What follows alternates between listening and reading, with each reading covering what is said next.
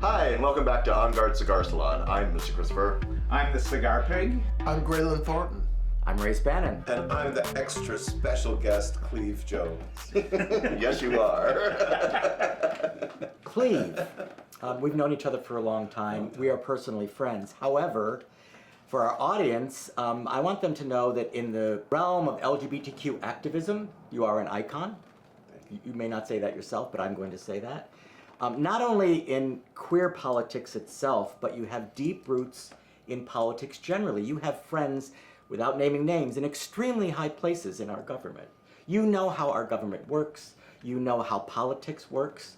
You're also very pragmatic in your politics and always have been. You have a lot of wins under your belt. Let me put it that way. So, I would like to ask you sort of a general opening question since we're about to enter the November election.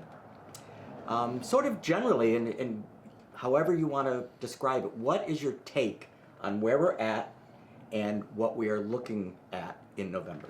Sure. Well, thank you, Race, and thanks, guys, for having me back. I really enjoyed our earlier visit, and I'm glad to be here at such a, really important moment in our country's history. And Race and I are almost exactly the same age. He just turned 70. I'm going to be 70 in October. I'm having a fabulous party. Yes, we can't wait for that one. Be there. But the first presidential campaign that I can remember vividly was when Barry Goldwater tried to prevent Lyndon Johnson from getting elected to a full term after he took over following the assassination of JFK. I was 10, we were 10, and I can still remember the ads. There was that very famous ad with the girl, the sweet little girl pulling the petals off the daisy, and then the nuclear bomb going off. And my parents were both political, so we were paying attention, and I have paid attention to every presidential election since. 60 years of this, and I have never seen anything comparable in any way to where we're at right now. What has happened, and for those of you who are watching this, today is August 1st, we're filming this, and the last 2 weeks have been two of the most extraordinary weeks in the history of the country. Yeah. And it's just breathtaking. From Biden deciding to withdraw from the race, and then the extraordinary depth and breadth and speed of the Harris campaign rollout. That it is just absolutely astonishing. And then this just complete transformation of the national mood. And I think every one of us, and most of the people who will be watching this, we were feeling despair. We were feeling that it was inevitable that something monstrously wrong was going to happen that could threaten our very democracy and really imperil the entire world. Especially after Trump was shot at and he became the martyr. I think everyone felt powerless. Yeah, it was like he was imbued with some sort of supernatural power, and he came out of that convention, and his base was so energized, and I was really despondent, and now I have hope, and I posted on Facebook or Twitter, I can't remember, just how it was a strange sensation that I hadn't felt in a while, this real hope. So I think we all do have more hope than we had a couple of weeks ago. I certainly do. But when you have the momentum like Kamala Harris has and that campaign, do you think there's some possibility that people get complacent and say, oh, she's got it in the bag? Don't you think that's a great danger? Like we did with Hillary. Like we did perhaps with Hillary. Yeah, and I think that's where this being a sprint rather than a marathon actually works in the vice president's favor. How many days left? So, I think I don't compare her to Hillary Clinton at all, because one of the problems with the Clintons was that the country just had there was Clinton fatigue. Everybody knew who Hillary Clinton was. There was no place for movement on that, but people are getting to know Kamala Harris now, and her personal story is compelling. And another thing that's been cool for me since I've known the woman forever is when she ran in the primaries in 2020, she came across as kind of prickly and awkward, and I remember being struck by it because in person, the woman exudes warmth and charisma. She's spontaneous. There's a joyous quality to her. I remember her visiting the set when we were filming Milk. We were together at City Hall when the marriages started, and there's a very genuine quality to her, which did not come across in 2020, but now it is. So, and I mean, I just love watching her. She's being herself. She's found herself, and I also think that these 4 years as vice president with Joe Biden, who is a moderate figure and a centrist, maybe kind of helped her recalibrate her politics. So it's just. I mean, what you were saying holds true, though. Hi, I'm Amp. I'm here too. It's fine. I don't get introduced. But my parents did not vote for Hillary. They're not by any means conservatives that are trying to like go after the gays, but they didn't understand the issues. They were just tired of the Clintons. Yeah. And like you said, I mean, even myself, who's a sex positive person, like Kamala didn't start out great with Sesta Fosta, but like she is the obvious like vote. That's Okay, but I got to stop you right now. Yeah. Let's all say it. Yes, please. Kamala. I always say it wrong, don't I? Okay, we are not going to echo Donald Trump. We're going to pronounce the vice president's name correctly, which is Kamala. Can we all say it together? Kamala. Thank And you. also, I think someone pointed out to me that we only called the female candidates by their first names generally. Hillary, Kamala, and so calling her Harris is probably more appropriate. Well, I would say we don't call white men by their first name. Sure.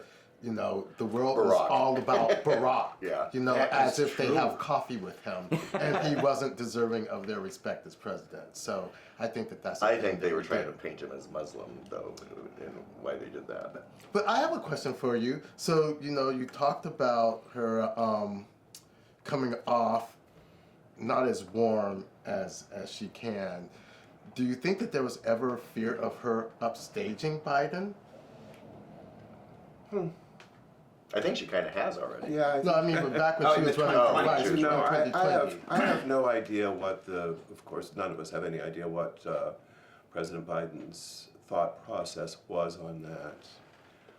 But I think that it turns out to have been, whatever it was a very wise choice. Yeah. And, you know, a lot of people have a lot of things to say about President Biden, and he was not my first choice, he was not my second choice.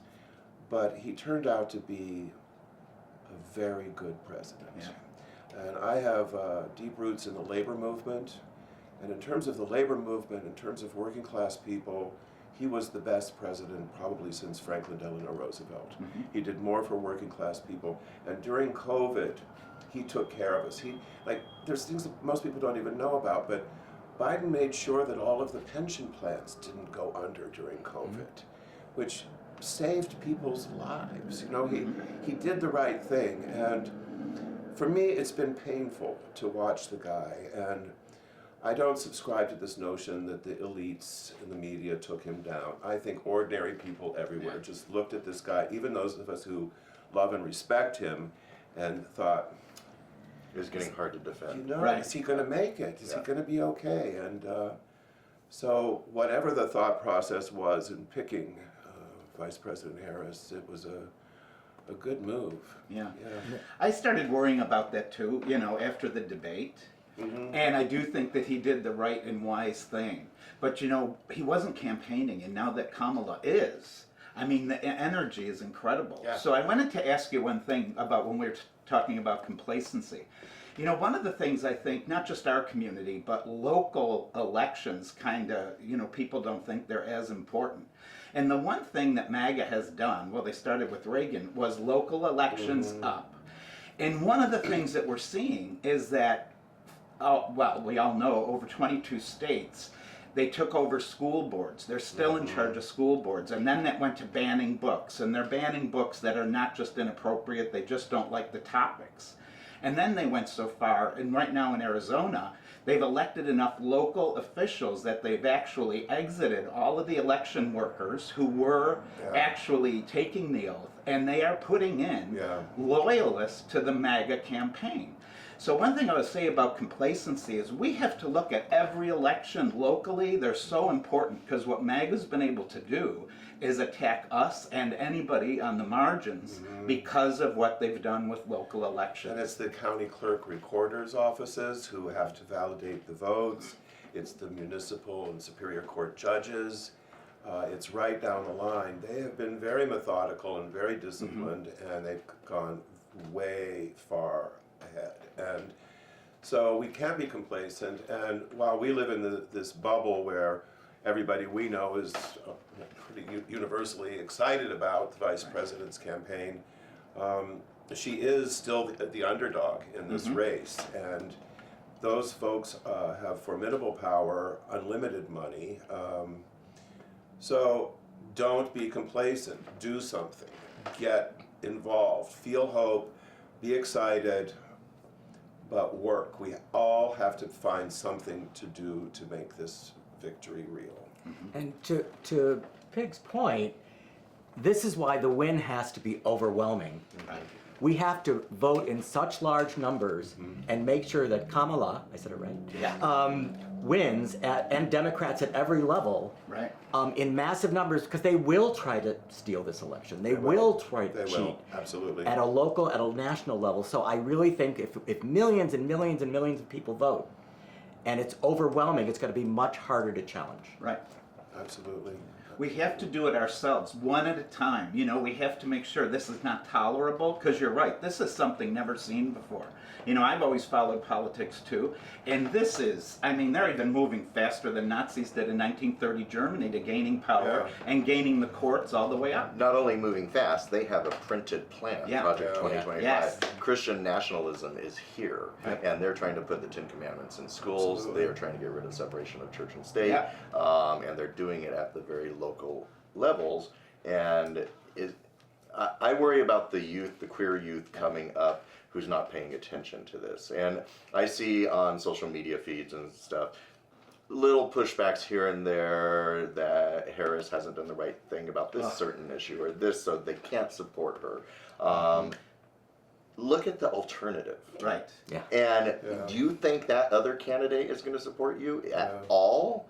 No, he's going to take away all of your rights. Absolutely. Everything we fought for. Younger generation, while they are a little bratty, are still pretty good with Kamala. Good. Are we going to call her Miss Harris? Call her Vice President Harris. Yeah, Vice President Harris. Yes. Honestly, I thank you for educating me. Yeah.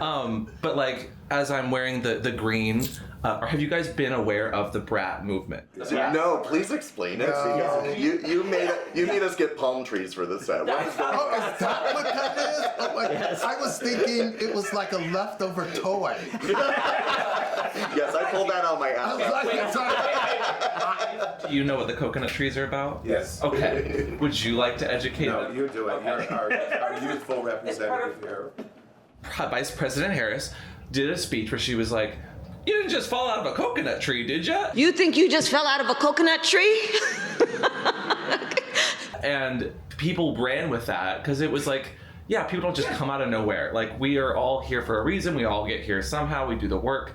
But then people ran with that, and then also like Charlie XCX, the Brat album. You guys have seen that big square neon green, this color that says Brat? Charlie XCX. And so people were doing like fan cams and supercuts on TikToks and Reels. And that's the font she used on her Twitter campaign. I believe so. Yeah. But they're leaning into the younger generation in a way that is, memeable, maybe a little cringe, but they're leaning into the cringe to get people interested in education. But that's what we have to do with social media now.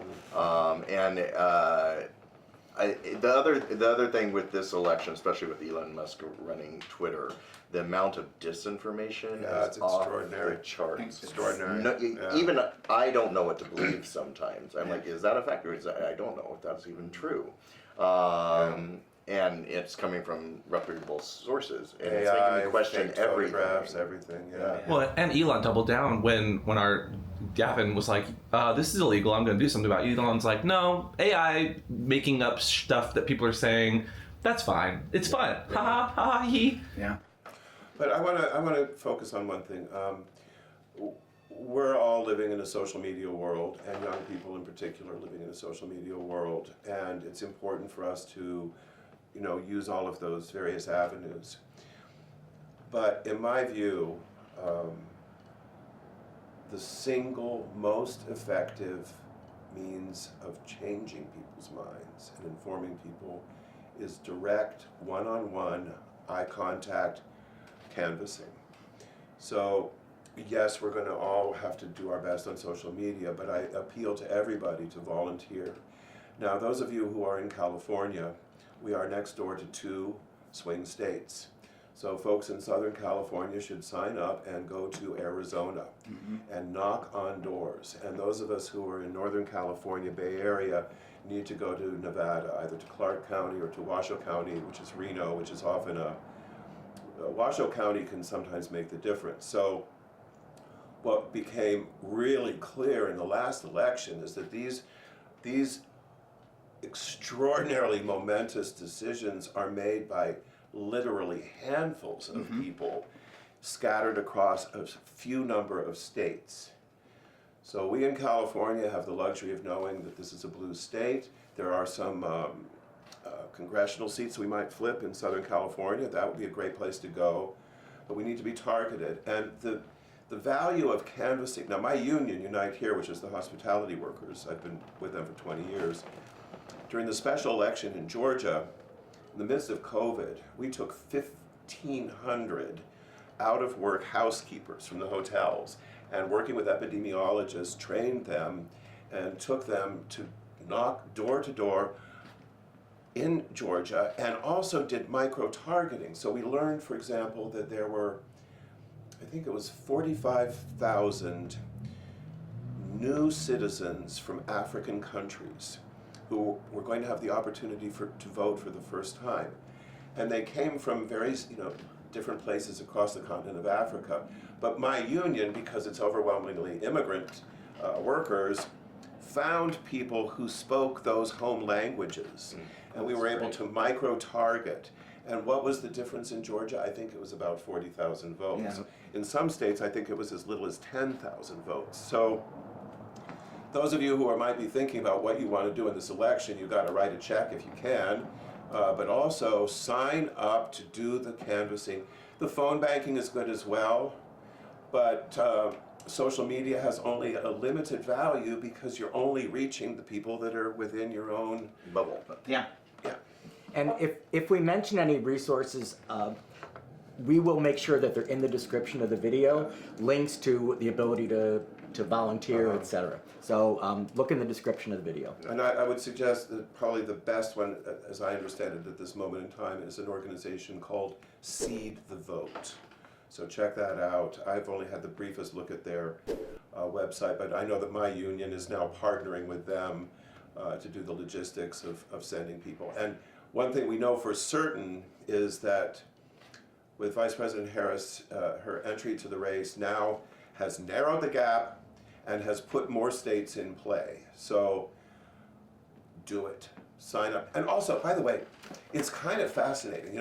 When I first went to Washoe County, I can't remember which election it was, but it's good for those of us who live in our little progressive, queer, kinky bubbles, though I am strictly vanilla, by the way. We're gonna flip them. It's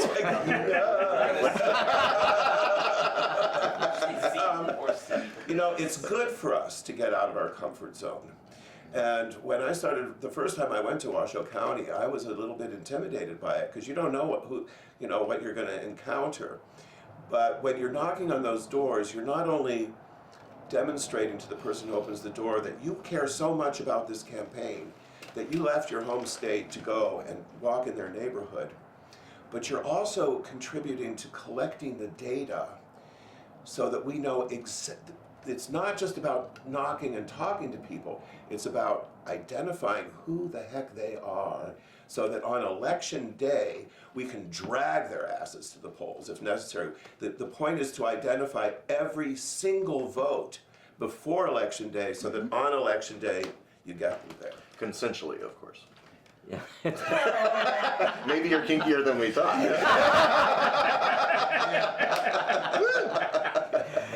I also think that very often we talk about politics in terms of being directed toward a person, and it really is about issues, and it's about how does it affect us personally. Right. We have an audience of a lot of LGBTQ people, a lot of kinky people, sex positive people, people that are marginalized, and they often on their own platforms will not talk about politics. It's verboten, they just don't do it. But right now we need to, because these people are at risk. And if we don't win this election, they're at risk. And if you're not posting about it, the misinformation is going to take hold. Right. And because it's in social media, the way it works, the loudest, most visible voice is seen as the right voice sometimes. Obviously, it's not true, but... And I am big personally on not name-calling. I really try to not make that personal and attack a person and stick to issues and topics. You know, I think Vice President Harris has really set the tone for us. If you've noticed, for the last, how many days has it been now? 12 days? Yeah. She's very positive. She smiles. She's not mimicking him. He's a snarling, nasty piece of shit. And she exudes this warmth and joy. Also, one of my gripes with our progressive bubble is we're a bit arrogant. And it's important to be careful about our vocabulary. Of course, you don't want to say things that are offensive. That's a given, I would hope. But also, we tend to use a vocabulary and sometimes even mannerisms that are kind of inaccessible to the ordinary people who we really need to speak with. If you find yourself having to explain what your words are, you're losing. So I've noticed this, particularly the last few years, that people on our side of things tend to adopt a way of speaking and vocabulary that a lot of folks just don't understand or find annoying. And one of the things I learned as early as my mentor, when Harvey Milk was my mentor, was the importance of finding common ground. So like you said, don't be calling people names, don't be shaming people, don't be blaming people, but find common ground. And whether that's the struggle for caring for an aging parent or grandparent, or the lack of affordable housing, or trying to navigate the Byzantine applications for Medicare. It's like, find common ground. Don't focus on the things that divide us. Look at the things that we share in common. I think that's critically important. And Vice President Harris has set this remarkably positive tone. She's not going down in the dirt with him. She's rising up above him and really shining. That being said, she is doing something that I'm welcoming a lot, and her campaign has now co-opt the term weird, and is showing a mirror and saying this is not normal behavior. This is weird. It's not as severe as Hillary saying deplorables. It's weird. That is weird. This is not normal. And it's now, it feels like for the first time there's a mirror, the emperor has no clothes. And shining a spotlight on all of Trump. He has gotten a free pass for years, and people are sick of it. And now finally people can latch on to something and go, that's weird. Well, and people have started to actually hold him accountable, not just Vice President Harris. Like, he went on the stage the other day and he's like, didn't know that Vice President Harris was black? Yeah. That was, and did you see him before the black journalists? Yes. Oh my God. Now that you are asking black supporters to vote for you, why should black voters trust you after you have used language like that? Well, first of all, I don't think I've ever been asked a question so in such a horrible manner. First question. Thank God she held him accountable too. She's like, no. Like, good for her. Some of them are really just going over the edge to utter batshittery. Like the guy, I can't remember his name, but one of the Fox MAGA people the other day said that men who vote for women will become have transitioned and become women. And I heard the scientists say the other day that when a man votes for a woman, he actually transitions into a woman. Oh, is that right? Yeah, that's what the science says. He said it that scientists had told him that there's some really wackadoodle stuff out there, and we should call it out and we should make fun of it, but we should not make fun of the voters we're trying to reach. Yeah. And when you referenced Hillary Clinton talking about she was shaming the voters, that's not a winning strategy. Yeah. Right. You know, to that, I'm sure of it, that there are people who watch our show who have voted for Trump. Oh, yeah. And voted Republican. And I want to respect those people that are watching this right now. What would you say to somebody who's watching this, who in the past has voted for Trump, that, you know, maybe you might want to reconsider your vote? What would you say? Maybe you might want to reconsider. Because that's the voting against your own interests. Yeah, so like I have Republican, I don't think any are still alive, but when I was growing up, I had many Republicans in my family, but they were the old style Republicans. They didn't hate Jewish people, they didn't hate black people, and when I came out, they didn't hate me. There are people who vote Republican because they're concerned about taxes, because they're concerned about having a strong defense. And it's important to acknowledge those issues. And then when we call people out, do it gently, do it respectfully. Like on the issue of immigration, for example, there is a part of the whole debate about immigration is just downright racist. But also, part of it is people who don't understand the economic value that immigrants bring to our country, that they strengthen our country. So I'm always trying to find a positive way of approaching it. And then with younger people, like the new generation coming up in my family is multiracial. Their circle of friends are multiracial, lots of queer, trans kids. And they had zero interest in re-electing President Biden. You know, my sister and I would try to talk to them and their eyes roll back. But now they're energized and they're excited. And they're focusing on their future. They're focusing on the job market and education and housing, and they know that Trump's whole thing is not about them. It's not about ordinary people. And that's I think that probably the most difficult challenge we have is that Trump has tapped into this victim mentality that so many, especially white, middle-class people feel, that they're losing something, and it's being taken away. Know, you look at how angry they are, and this is fear. So let's not throw gasoline on that. Let's try to be gentle with it. And yes, we can call Trump weird because he's weird as fuck. You know, but let's be gentle and as respectful as we can be with the voters, because we need to pull a few of them away.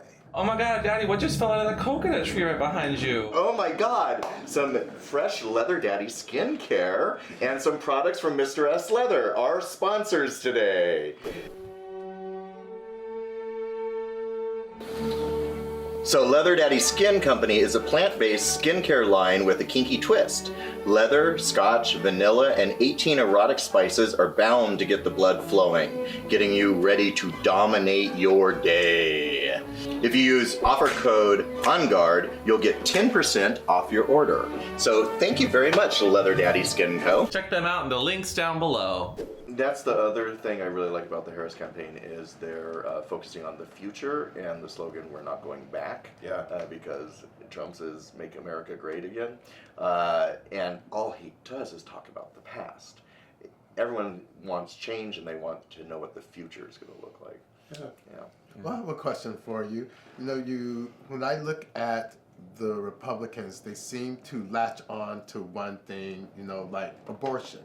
Yeah. And they know that their base is Christian, and then you get Catholic, and then you get all these people who are like, well, abortion is an issue for us, but we seem to be fighting against things. against things that are being taken away. Like for us, it's we want our abortion rights back, and they're moving forward with we're taking these things away. So it's like we're playing defense and they're playing offense all the time. And how do we switch that around to where we're playing offense and putting them on the defense? Well, that's why it's so important that we win, because if we don't win, we're going to be on defense on every single front.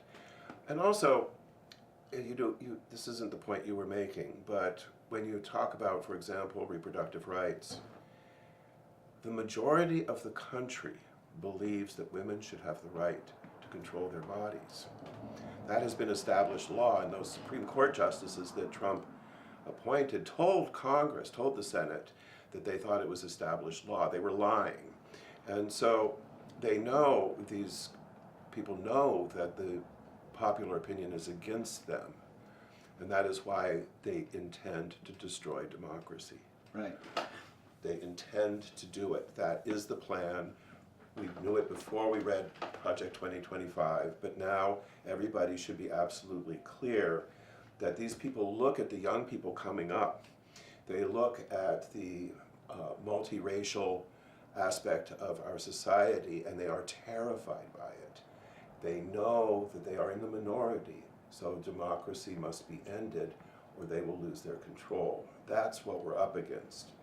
And that's a heavy message and a scary message, but the comparisons to what has happened in other countries in previous times are not inaccurate. Right. It's like we're at 1939, people, and if you don't recognize that, you are not paying attention or have not read enough history. And your point is there's more of us than them, just means that you can't be apathetic at this point, and we have to turn out for the vote. You have to mobilize those voters. My husband went to college in Germany, so we have very close friends in Germany who are our age, near 70. And their parents obviously, lived through World War II. And the one thing they say to us is, what we made is a big mistake. We took them for granted and we tolerated them. And that's how the Nazis got in.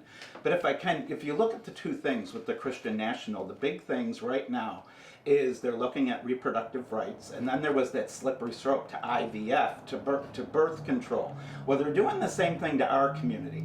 They started out banning books that had no sexual content, like the one about the two penguins, male penguins, who adopted, it's this cute book, and that was banned immediately. And all of a sudden they're talking about, which I think is incredibly weird, but recreational sex, it's a bad thing. And then they go into gay people and porn and drag queens. And so they are, you're right, base of what they believe in Christian nationalism, they want to make us practice their religion through legislation. And in the Project 2025 document, there's one paragraph that says, I'm paraphrasing it, I won't get it exactly right, but it's, the only viable family is one man and one woman who is a stay-at-home wife raising their children. Right. That's their vision. And I posted that after reading sections of Project 2025, I thought Margaret Atwood, the author of Handmaid's Tale, could sue them for plagiarism. Exactly. That's some scary shit. That's some scary shit. It is. It really is true. I also think that we live in a country where many of our citizens believe, oh, that can't happen here. Right.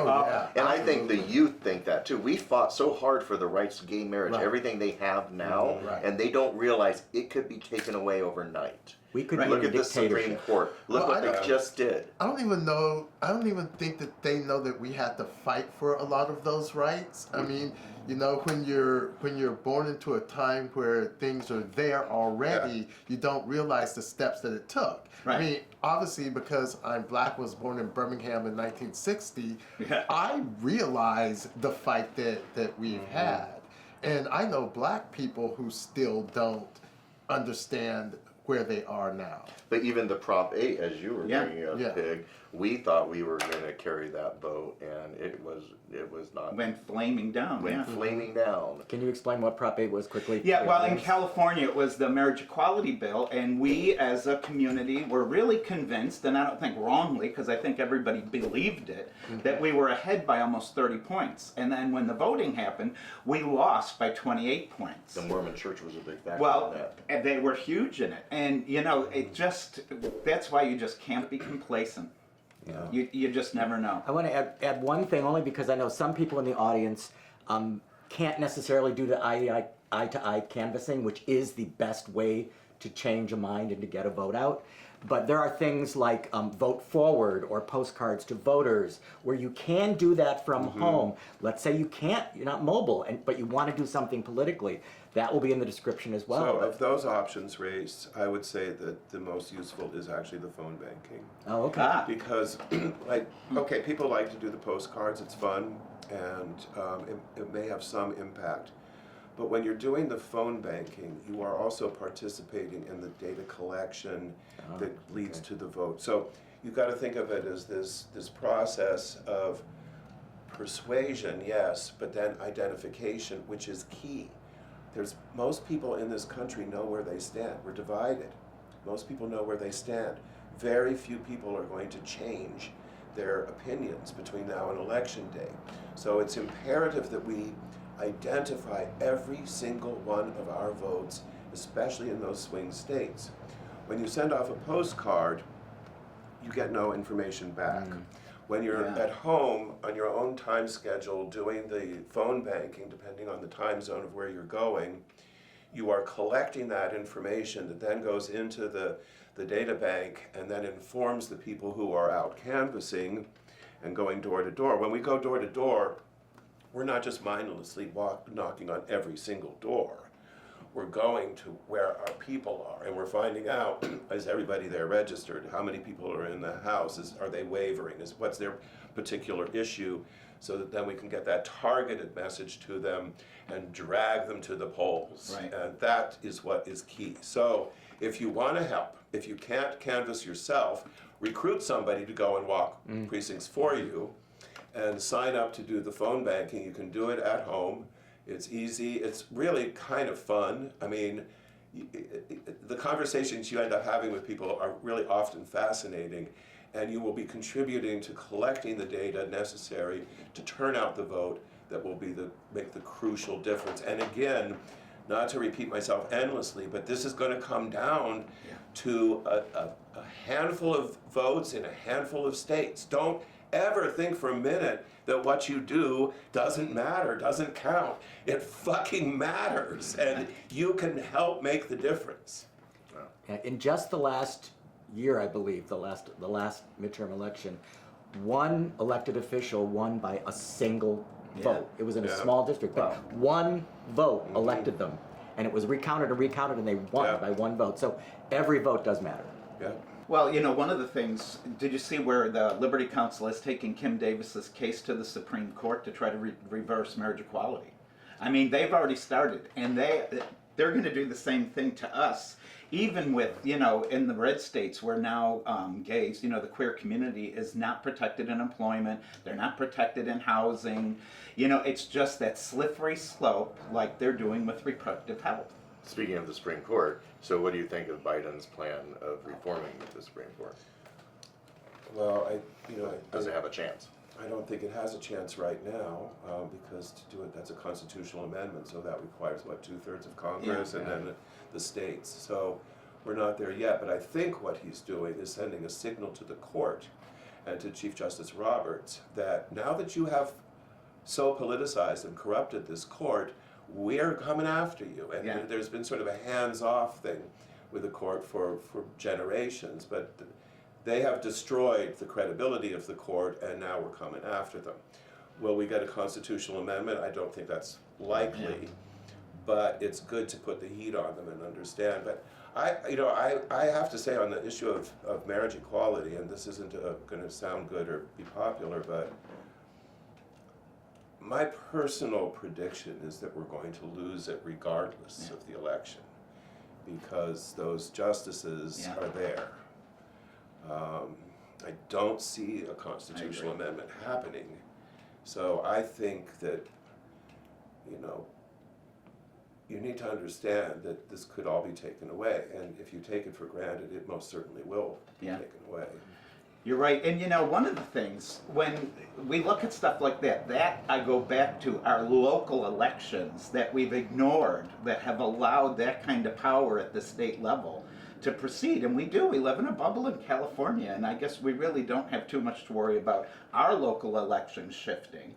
But who knows? This is such an unprecedented time. Well, after it they could destroy democracy, I mean, you know, Project 2025 document, and it's 900 pages, so I don't expect you all to just run out and read it, but man, the stuff in there, scary you know, federalizing the National Guard, eliminating civil service, replacing all the federal workers with political Loyalists, acts, loyalists, personally loyal. It's Mein Kampf. It's the you know, the Fuhrer. That's where they're at, and the mass deportations. It's some really, really scary time, and when they're so willing to just abandon what used to be one of the unifying beliefs in this country, democracy. It is beyond alarming. Well, if you notice what they're saying, the MAGA crowd is absolutely coming out saying, well, we're not a democracy, we are a republic. We're a republic, you know, and they're already starting to get that into people's heads, just like they do. And one thing I do think for the progressive movement that we now see with Kamala, thank God, was we don't push back a lot. They have rallies and flags and hats, and they talk to them over and over and over. And that's the one thing, right, that's the one thing they have done, is they're out there talking to their people. But that's always been the case, though. I mean, they've always done that, and for some reason, I don't. Where's our plan? I mean, I'm serious though. Like, where is our plan? Well, that's what I'm hoping with this Harris campaign. She's invigorating us because we had no hope 2 weeks ago. Even me too. I was like, I'm moving to New Zealand. If you watch that Atlanta rally that just took place, which was her first big rally in Atlanta, you mean it was Megan Thee Stallion concert? right. Yes, and she came out and talked about positive and uplifting in a crowd that was engaged. It was amazing. It is. But you know, if Democrats or just progressives or non-MAGA get out and vote, we are a majority. It's getting people to the polls. You're right. We got to get people to vote. So and to do that, they have to believe they're not going to lose anyway. Right. Speaking of, you mentioned red states.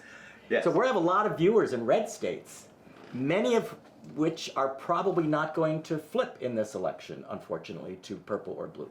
So how could those people help to make sure that we win this election while they're in a red state? Well, first of all, pay attention to the down ballot, as has been, you know, we spoke about this earlier. We're not just voting for the president, we're going to be voting for justices, county clerks, recorders, treasurers, Board of Education members. So even in the red states, it's possible to have victories at the local level, and those of you who are in red states, you should be writing checks to the Harris campaign and getting involved with your local Democratic Party to elect your locals. And also just to, you know, not cede anything. Just say, we're not giving up everything. We have to take the fight to every state. Obviously, the majority of the resources need to go to Michigan, Pennsylvania, Arizona, Nevada, Wisconsin. We know where we have to focus the money and the media buys and the rest of it, but everybody should get involved no matter where they are, absolutely. And you know, also going back to the court for a minute, we've already had 2 justices say publicly that they want to revisit not just Obergefell and marriage equality, but the sodomy laws. And no-fault divorce.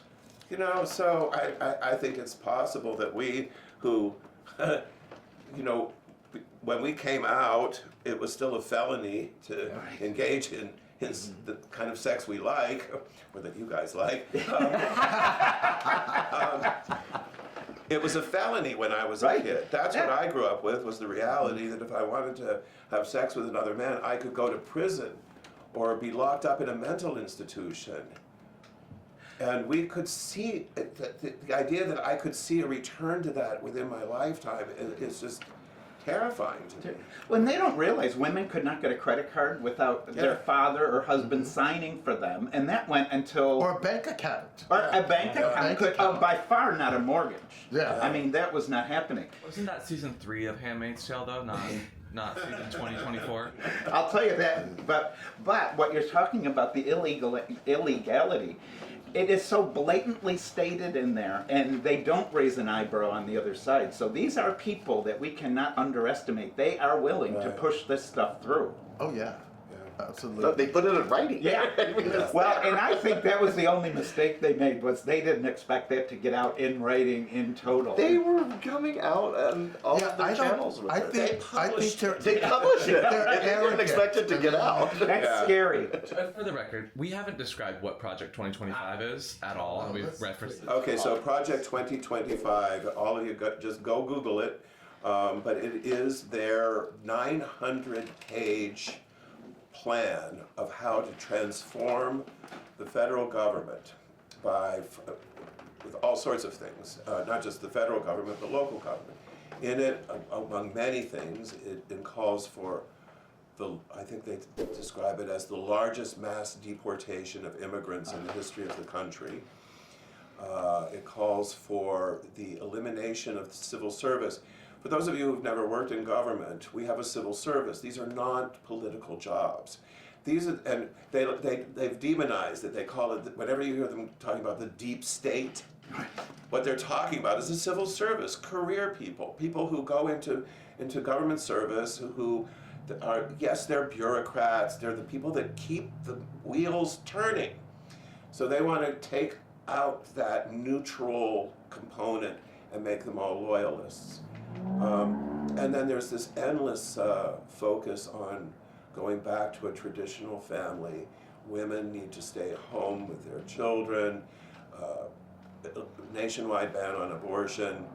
So it's 900 pages, y'all aren't probably gonna read it, but there's many excerpts that have been posted online, but get informed about it because it's very, very scary. So what do you think the reality would be if, say, Trump is elected, he does impose Project 2025, all of these single mothers, people not involved in politics, they have those rights all stripped from them.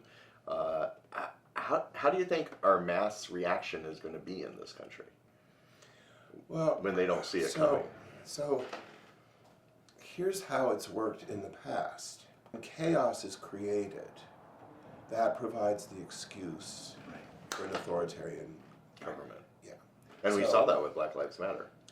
Well, let's go to Germany, where we saw pitched street battles between there were communists and anarchists and fascists, and they were fighting in the street. And there was also, there were economic challenges, and it created such a level of fear and so much chaos that that huge numbers of people embraced authoritarianism to bring safety.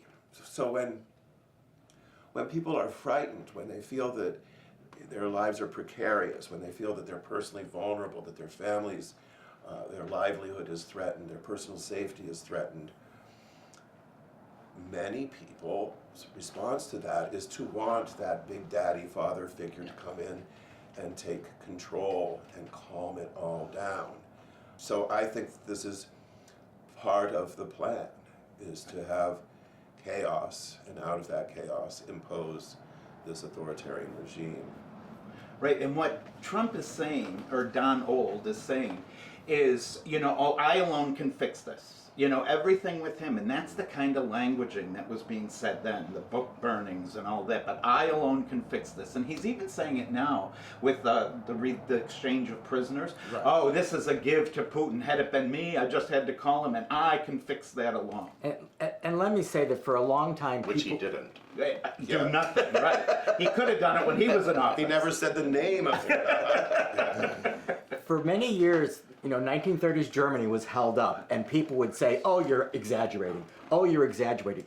Godwin even came up with the Godwin's Law, where no, don't do that. But now Godwin himself has said, "Call them what they are. Call them the fascists they are. Please do." Yeah. This is 1930s Germany. If we're not careful. And you know, Cleve, one thing I read a lot about is the purging of voting rolls. Oh yeah. And so. I do believe it's true, obviously, it's being reported on, but I do think people in red states, when we're talking about what can they do, I think they should check their voter registration. Yeah, check your voter reg, make sure everybody does. Yeah, and you know, just a few days ago, Trump told, what did he call them, my dear Christians, my lovely Christians, you'll just vote for me and you'll never have to vote again. Yeah, that's scary shit. What's that supposed to mean? You know, they're saying what they're going to do. Yeah. It's like a magic trick. You know, the magicians tell you what they're going to do, but they've got their hand over here, and people are still somehow not sure what they're actually planning to do with the government if Trump does win. Like, what he said essentially was like, well, I'm just going to make it a fascist state. You don't got to vote ever again, was the undertone. And people are still trying to make up excuses. Oh, no, he just misspoke. Oh, no, he just didn't know what he was saying. He knows exactly what he's saying. Yeah, he does. Cleve, you're friends with the esteemed writer, essayist, activist, Rebecca Solnit. Uh-huh. And a quotation from her really struck me. Voting is a chess move, not a Valentine. Yeah, Rebecca Solnit, if you're not familiar with her, is just a wonderful writer, and her political opinions aside, just her use of the language is a joy. But this is something that I think needs to be really emphasized, especially with younger people who, you're never going to find the candidate that reflects you 100%. Now, I have had to vote Democratic my whole life. Do you think I haven't fought with the Democrats? My God, you know, it's been a pain in the ass how much we've had to drag the Democrats along on so many issues. I thought Barack Obama was an extraordinary president. I disagreed with him on any number of things. So it is not possible to find a candidate that reflects your views 100%. And even within our progressive bubble, there are issues on which we disagree. But we have to be strategic. We have to put aside these differences. We have to accept that we're never going to elect a candidate that is in lockstep with us. But I will say that I have known Vice President Harris for many, many years and did not always agree with her, will not always agree with her. But people need to understand the depth of her experience. This was a woman who was a district attorney here in San Francisco, who came out of our community, grew up in Oakland, California. She went on to become the state attorney general. She won statewide, then a United States senator, and now she's had 4 years as vice president in the Biden administration. So she has great experience. She also, I think, and now I'm speculating, but I think that the 4 years with Joe Biden brought her more to the center. When she ran in 2020, and I'm raising this because they're going to hang a lot of the things she said in 2020 when she was running from the left to challenge Biden for the nomination. So I think, and I would never presume to speak for her, but I have a feeling that 4 years in partnership with Joe Biden brought her more to the center, helped her really get a very clear understanding of how consensus can be built. When you look, for example, they're trying to criticize her on immigration. Well, actually, it was Joe Biden and Vice President Harris who put together the bipartisan bill that was probably the closest we'd come to any kind of effective response to the immigration crisis. And it was Donald Trump and the Republicans who scuttled that because they didn't want to give Joe Biden a win. So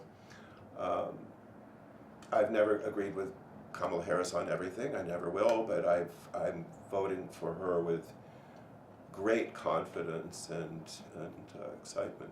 As a young person, I would like to also kind of parrot that, like, while Vice President Harris was the one that started like the sex negative Sesta Fosta bills, which killed Tumblr and Backpage and Craigslist and made it difficult for sex positive content creators like myself to just do stuff without being villainized as porn, she's the better of the two options by far. She's malleable, she's changeable, she's learned and grown a lot, and she is likable. She laughs, she jokes, she has fun, but she doesn't do it in a mean way. And so to anyone who's like, well, I'm just not gonna vote, or, well, she's still evil, educate yourself, please. Pay attention to what's happening here, and just realize that, like, she's not trying to tear apart the entire fabric of our nation. Yeah, she's not going to put you in prison. Not to mention, like you said, Joe Biden was a great president. Joe Biden has a great team. She's going to inherit a lot of his team. I doubt that she's going to get rid of a lot. Yeah, I think she's probably going to keep most of, if not all of the administration, because they're damn good at what they do. I want Pete Buttigieg to be running stuff, and I want, you know, that administration to be running. He is, when he goes on Fox. Yeah, Great, I love it. Yep. He leaves them speechless sometimes. Because he does it in a matter of fact, plain, factual way. Right, yeah, and relentless. He is good. Do you think he'd be a good Dom? Do you think he would help you? Now that you're kinky. Would he help you drag people to the polls? Well, I see you have all the equipment. I can help you. We can go out door to door and drag people to the polls. What we really want to leave our audience with is the message to be engaged, to vote, to get other people to vote. There's not a third-party candidate that's even viable. Please, this is my own personal thing, do not vote for a third-party candidate this time around. You're going to damage our democracy potentially if you do. Yeah. So what's sort of a final message you'd like to leave our audience? I have one. So, I got to be in San Francisco City Hall the day that marriage equality became real. I was part of the team that helped get us there. I played a tiny role in helping win that victory. And we were in City Hall, and the marriages were about to begin. And we got word that the clerk in Los Angeles County was hesitating, was recalcitrant, didn't want to start, and was telling the couples that were waiting there patiently to finally marry their loved ones, and he was telling them, well, I can't act until I hear from the state. I have to hear. So we've got Kamala Harris on the phone, and we're all sitting in San Francisco City Hall, and she takes the phone and says to the clerk, start the marriages immediately. I am instructing you to marry these people. You must start the marriages immediately. All right, I will take that as our notice. I was the clerk of Los Angeles, and I just told them that they have to start marriages right away. And then she, her eyes were twinkling, and she said, have fun with it. Y'all, make sure you're registered, make sure you vote. Get everybody you know to vote. Do it. Fight hard and have fun with it. Absolutely. Good advice. And with that, I'm going to call time on this. Thank you, Cleve, so much for coming back. Really appreciate your viewpoint, and thank you for being such a strong leader for all of us. My pleasure, and thank you for not smoking cigars. Yes, forgot to mention, we had to move locations today because there was street construction on M's place, and that meant we were indoors, and we didn't want to smoke poor Cleve out, so no cigars today. They were trying to rip my coconut trees out. And don't think we're waiting for you to leave so that we can smoke a cigar. Okay, I'll go. We're going to smoke them out. So we go campus. Oh, and one more thing, I'm going to just say, you're having a very big party, National Coming Out Day, October 11th, here in San Francisco. We will put a link to the tickets in the description. I'm going to be there. I want a whole bunch of Leathermen and kinky folks, leather people. At least 70. At least 70, because it is his 70th birthday, to be there. So please, if you are in San Francisco and can be there, get a ticket and come. And it's a fundraiser. I was born on National Coming Out Day, go figure. And I'm raising money for two organizations I co-founded, the National AIDS Memorial Quilt and the San Francisco AIDS Foundation. And I see them as sort of bookends. The quilt helps us remember what happened when the government failed us and how many millions of people died as a consequence. And the foundation today is making sure that that tragedy doesn't get repeated again, and it's really focusing on the populations that are still getting HIV, still getting sick and still dying, particularly young people of color, queer and trans kids, particularly in the Deep South. The San Francisco AIDS Foundation, while local, plays a big role in creating the national strategies to keep this fight going. So I hope people will contribute, and Race has been very kind to support that. So they'll have the link to the website. Yep, and we will all be there. Yep. Great. And we know politics is not everyone's bag, but hopefully we can all come together. Please leave your comments down below. We'd be very interested to hear what your viewpoint is.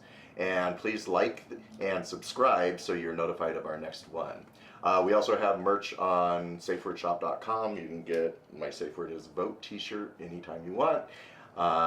So thank you for watching. We really appreciate you. And with that, I'm going to say goodbye. Bye.